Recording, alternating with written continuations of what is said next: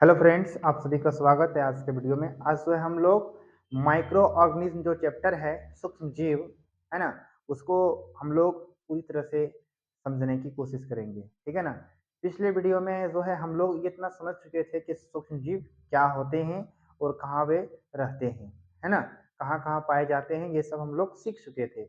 आइए उससे आगे की जानकारी को हम लोग प्राप्त करेंगे। आज का जो विशेष हम लोग जो सीखने वाले हैं वो है कि सूक्ष्म जीव हमारे लिए हानिकारक है और लाभदायक भी है। तो लाभदायक है तो वो कहाँ कहाँ उपयोग होता है और कहाँ वो हमें हानि पहुंचाता है, ये सब हम लोग आज के वीडियो में सीखने वाले हैं। तो चलिए वीडियो को स्टार्ट करते हैं, है ना। देखिएगा, जैसे कि यहाँ लिखे हैं, सूक्ष्म जीव लाभदायक है या हानिकारक। अगर लाभदायक है तो कैसे, है ना।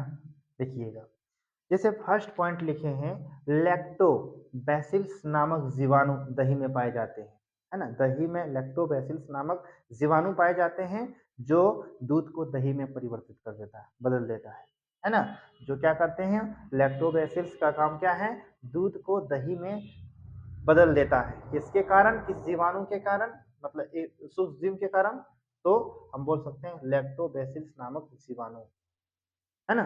उसका काम क्या होता है, वो मतलब दूध को दही में बदल देता है। ठीक है ना।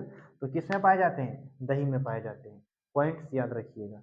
नेक्स्ट पॉइंट है, जीवाणु पनीर, चीज, अचार एवं अनेक प्रकार के खाद्य पदार्थ, खाद्य पदार्थ खाने वाला जो पदार्थ उसमें उत्पादन में सहायक करता है ना। पनीर उत्पादन में, अचार उत्पादन में, है ना। तो अल्कोहल उत्पादन में, ये सब उत्पादन में जो है सूक्ष्मजीव क्या करते हैं, काम आते हैं। ठीक है ना। तो ये पॉइंट्स भी याद रखिएगा। जीवाणु पनीर, अचार, अनेक प्रकार के खाद्य पदार्थ के उत्पादन में क्या होते हैं, सहायता देते हैं। ये भी पॉइंट अच्छा है। ठीक है। जीवाणु एवं ईस्ट चावल के आटे के किण्वन में सहायक होते हैं। ठीक है। जिससे इडली एवं डोसा बनता है ना। इडली डोसा किससे बनता है, तो हम कह सकते हैं कि जीवाणु एवं ईस्ट चावल के आटे में, है ना, किण्वन में सहायक होते हैं। यही मेन जो इम्पोर्टेंट तो यहाँ पॉइंट है ना, किण्वन, इसी का काम है जो क्या बनाने में, इडली एवं डोसा बनाने में। ठीक है ना।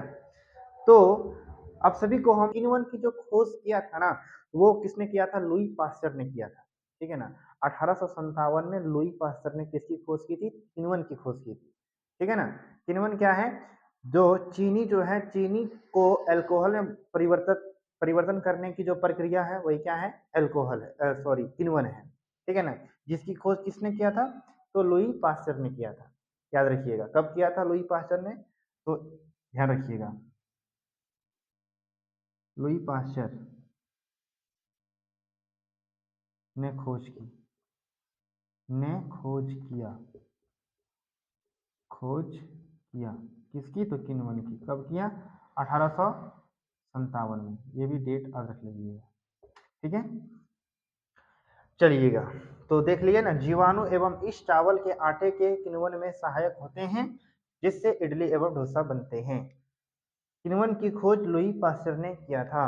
कब किया था, 1857 में। नेक्स्ट पॉइंट, ठीक है ना। बड़े स्तर पर अल्कोहल, शराब एवं एसिटिक एसिड के उत्पादन में, है ना, सूक्ष्म जीव का उपयोग किया जाता है। अभी हम लोग को ध्यान देने की बात है कि बड़े स्तर पर अल्कोहल, शराब एवं एसिटिक एसिड के उत्पादन में सूक्ष्म जीव का उपयोग किया जाता है। ठीक है ना। जो एसिटिक एसिड होते हैं, है ना, शराब उत्पादन हो गया, ये सब में किसका उपयोग किया जाता है, सूक्ष्म जीव का उपयोग किया जाता है, माइक्रो ऑर्गेनिज्म, है ना। ये सब का क्या होते हैं, यूज होते हैं। ठीक है ना। ये भी अच्छे पॉइंट है, याद रखना है। जो गेहूं, चावल एवं फलों के रस में उपस्थित प्राकृतिक शर्करा में ईस्ट द्वारा अल्कोहल एवं शराब का उत्पादन किया जाता है। ठीक है। जो गेहूं, चावल एवं फलों के रस में उपस्थित क्या चीज, प्राकृतिक शर्करा में ईस्ट द्वारा, किसके द्वारा, बड़ा इंपॉर्टेंट पॉइंट है, ईस्ट द्वारा अल्कोहल एवं शराब का उत्पादन किया जाता है ना? जैसे कि आप सभी लोग देखे थे हम लोग कि एक हाफ एम एल यानी 500 ml का बीकर लेना है, उसमें 3/4 भाग पानी डाल देना है, उसमें से 2-3 चम्मच चाट करना है, उसमें से आपको चीनी डाल देना है और आधा चम्मच उसमें ईस्ट पाउडर डाल देना है ना? और उसको गर्म स्थान पे 2-3 घंटे के लिए छोड़ दीजिए। उसके बाद उसमें से कुछ गंध आएंगे, उसके बाद बर्तन को खोलिएगा ना, उसमें से कुछ गंध आएगा। वो गंध क्या है? अल्कोहल का है। ये प्रक्रिया किण्वन है ना? तो ये सब हम लोग देखे थे कि जो चीनी से जो क्या बोलते हैं अल्कोहल में परिवर्तन जो करता है वो किण्वन है कहलाता है, ठीक है ना? ये सब जो एक्सपेरिमेंट है लुई पास्टर ने किए थे, ठीक है ना? उसकी खोज भी किया था, ये सब तो पढ़ चुके हैं। आगे जो है हम लोग को क्या करना है, समझना है। तो सूक्ष्म जीव हमारे लिए लाभदायक है ना? कैसे लाभदायक है? क्योंकि वो प्राकृतिक शर्करा में ईस्ट द्वारा है ना जो गेहूं चावल फलों के रस इसके क्या करते हैं अल्कोहल एवं शराब का उत्पादन करता है, ठीक है ना? सेकेंड पॉइंट, बड़े स्तर पर अल्कोहल शराब एवं एसिडिक एसिड का उत्पादन किया जाता है किसके द्वारा? सूक्ष्म जीव के द्वारा। तो इम्पोर्टेंट मतलब कहने का अर्थ है कि वो तो उपयोग है ना हमारे लिए, उपयोगी है ना? जीवाणु पनीर चीज अचार एवं अनेक प्रकार के खाद्य पदार्थ उत्पादन में सहायक है। सही बात है भाई।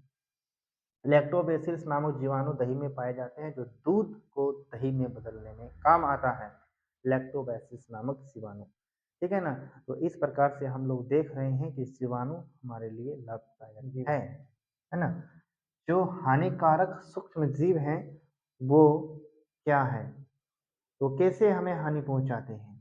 तो देखिएगा, सूक्ष्म जीव अनेक प्रकार से हानिकारक हैं। कुछ सूक्ष्म जीव मनुष्य जंतुओं एवं पौधों में रोग उत्पन्न करते हैं। ऐसे सूक्ष्म जीव को रोगाणु या फिर रोगजनक कहते हैं, है ना? जो सूक्ष्म जीव क्या हो, मनुष्य एवं जंतुओं पौधों में रोग उत्पन्न करने का काम करे, वैसा सूक्ष्म जीव क्या कहलाता है? रोगाणु या रोगजनक सूक्ष्म जीव कहलाते हैं। तो ये पॉइंट्स बनता है कि किस सूक्ष्म जीव के कारण कौन से रोग होते हैं नहीं होते हैं, ये तो हम लोग सीखेंगे ही। जैसे वायरस हो गया, विषाणु, विषाणु के कारण होने वाले जो रोग हैं वो क्या है? सर्दी है, जुकाम है। उसी प्रकार हम लोग देखेंगे, है ना? जैसे देखो यहाँ लिख दिए हैं सूक्ष्म जीव, है ना? जैसे संचरणीय रोग, आगे हम लोग ये देख लेते हैं जो संचरणीय रोग है ना? यानी सूक्ष्म जीव द्वारा होने वाला ऐसा रोग जो एक संक्रमित व्यक्ति, है ना? अगर कोई ऐसा व्यक्ति है जिसे सर्दी है, हैजा है, चिकन पॉक्स है ना, छोटी माता जिसे बोलते हैं, क्षय रोग, अगर ये सब है तो उस व्यक्ति से दूसरे व्यक्ति में पहुंच जाता है, स्वस्थ व्यक्ति में, है ना? उसी को क्या कहते हैं? संचरणीय रोग कहते हैं, है ना? एक जो व्यक्ति है वो संक्रमित है रोगों से, है ना? और एक व्यक्ति है स्वस्थ। तो संक्रमित व्यक्ति से क्या हो गया? उस स्वस्थ व्यक्ति में चला गया। तो ऐसे रोग को क्या कहते हैं? संचरणीय रोग कहते हैं, संचरणीय रोग कहते हैं उसे, है ना? तो ऐसे जो रोग हैं वो कौन से हैं? सर्दी, जुकाम, हैजा, चिकन पॉक्स, क्षय रोग, और भी हैं, उसको हम लोग डिटेल्स में सीखेंगे, ठीक है ना? सूक्ष्म जीव के बारे में हम लोग और भी जानकारी सीखेंगे, ठीक है? रोगवाहक, ठीक है ना? रोगवाहक कहते हैं कुछ कीट एवं जंतु ऐसे भी हैं जो रोग कारक सूक्ष्म जीवों के रोगवाहक का कार्य करता है ना? वो क्या करते हैं?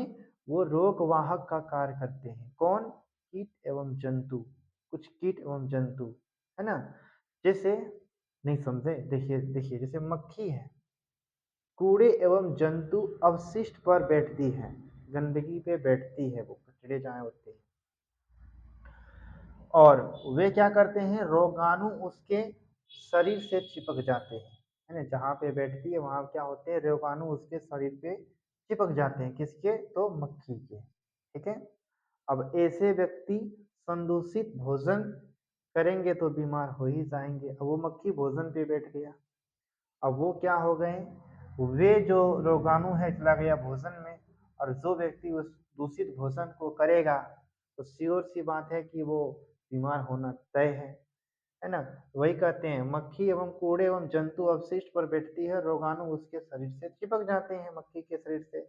ऐसे व्यक्ति अगर वो संशोधित भोजन को करते हैं तो बीमार होना तय है ना? बीमार हो जाएगा, ठीक है? तो हम लोग देख रहे हैं कि मक्खी एवं कुछ ऐसे जंतु होते हैं जो रोग का वाहक करते हैं, जैसे मादा एडिस मच्छर। मादा एडिस मच्छर उसका काम क्या होता है? डेंगू वायरस का वो वाहक है ना? मादा एडिस मच्छर डेंगू के वायरस का वाहक है। कौन करता है? तो मादा एडिस मच्छर, ये पॉइंट याद रखिएगा, मादा एडिस मच्छर। तो हम लोग ये तो जान गए कि जो डेंगू वायरस है उसका वाहक मादा एडिस मच्छर करते हैं, ठीक है ना? तो मच्छर कैसे उत्पन्न होते हैं? तो हम लोग जानते हैं कि जो गंदे जल होते हैं, इकट्ठे जल होते हैं, जो बहाव नहीं करते, है ना? एकत्रित हो जाते हैं, जगह जमा हो जाते हैं कचड़े से, वहां से क्या होते हैं? मच्छर पनपते हैं।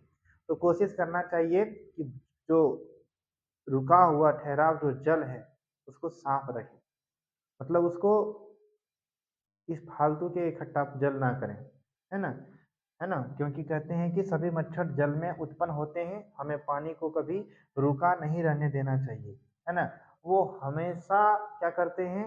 वो नुकसान पहुंचाते हैं, है ना? गंदे पानी से अक्सर मच्छर जो होते हैं, मच्छर ही उत्पन्न होते हैं। तो मच्छर जो है मादा एडिस, मतलब जो डेंगू वायरस है उसका वाहक करता है। तो एक तरह से हम लोग देख रहे हैं मच्छर है, मक्खी है, ये क्या करते हैं? रोगों का वाहक करते हैं। तो ये सबको रोकना बहुत ज़रूरी है, ठीक है ना?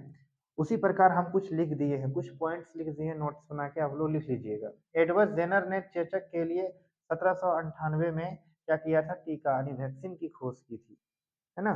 तो याद रखना है, चेचक के लिए टीके की खोज किसने की थी? तो एडवर्ड जेनर ने की थी। एडवर्ड जेनर ने की थी। कब किया था?